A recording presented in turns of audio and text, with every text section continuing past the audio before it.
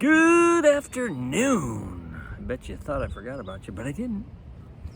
So I was doing some study for my book club tomorrow. We're reading this little gem, Prayer by Ole Hallesby, a Norwegian Lutheran theologian, pastor, and it's a great little book.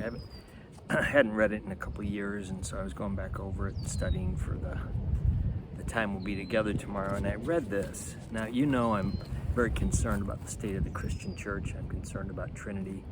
So many people I haven't seen in so very, very long, and I worry about them, and I pray, and I pray, and I pray.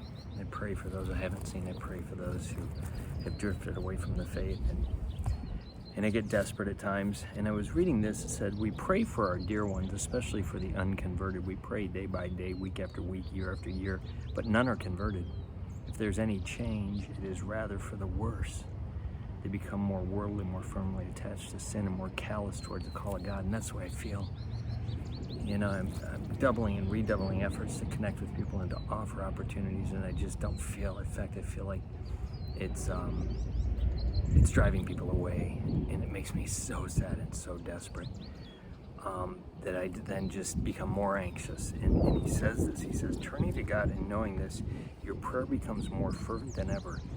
They become almost violent. And it's really made me stop and pause to consider.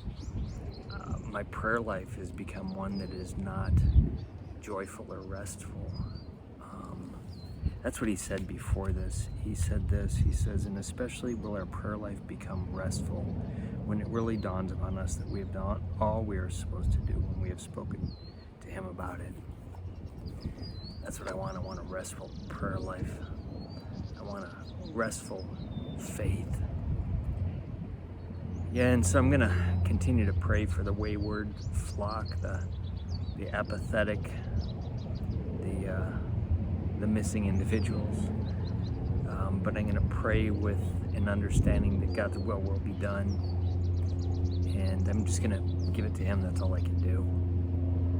I have to give up the anxiety and the anxiousness and the fear and the doubt and the worry and the concern, and just say, God, you will protect your church. You will protect Trinity.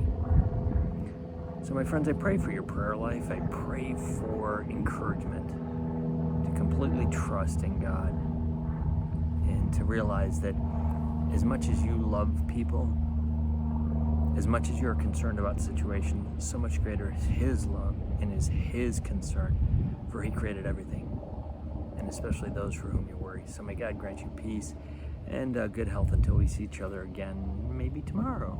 Bye.